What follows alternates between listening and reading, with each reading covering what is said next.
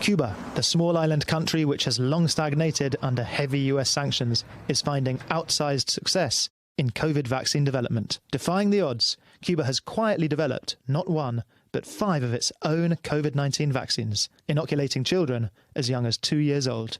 Cuba was the only country in the world that faced Omicron with all the children population vaccinated. Dr. Vicente Verres is the director of the Finlay Vaccine Institute, which has developed 3 of Cuba's 5 vaccine candidates, which, according to the Cuban government, has allowed it to tackle the pandemic differently than most countries. Cuba, after mass vaccination of children, end of November, 0 deaths of children. If you compare the Delta wave, 18 children died from that. That effort has led to one of the highest vaccination rates in the world.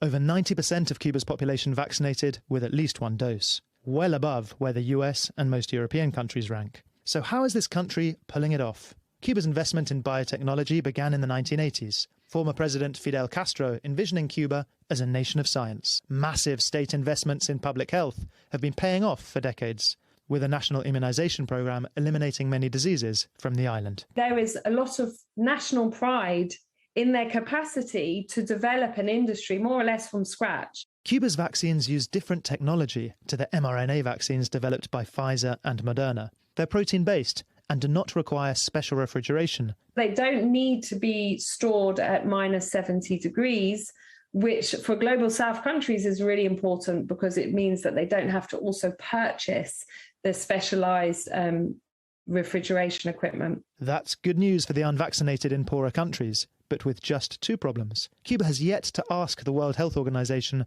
to approve emergency use of its vaccines, and few of their results have been published in peer-reviewed journals. I think the Cuban government and the scientists who are working on these vaccines do need to provide the global public community with data to instill confidence. There's no doubt that any improvement to the vaccine supply, such as with the Cuban protein-based vaccines, would be a welcome addition. We are preparing to file in order to get recognition by the World Health Organization. That is a lengthy and very cumbersome process. Cuba has said it will submit for WHO approval by the end of March. However, the country is already exporting its vaccines to at least 4 countries, including Vietnam, Syria, Venezuela and Nicaragua, offering up the technology as well to countries like Iran to produce the vaccine domestically. Thanks for watching our YouTube channel. Follow today's top stories and breaking news by downloading the NBC News app.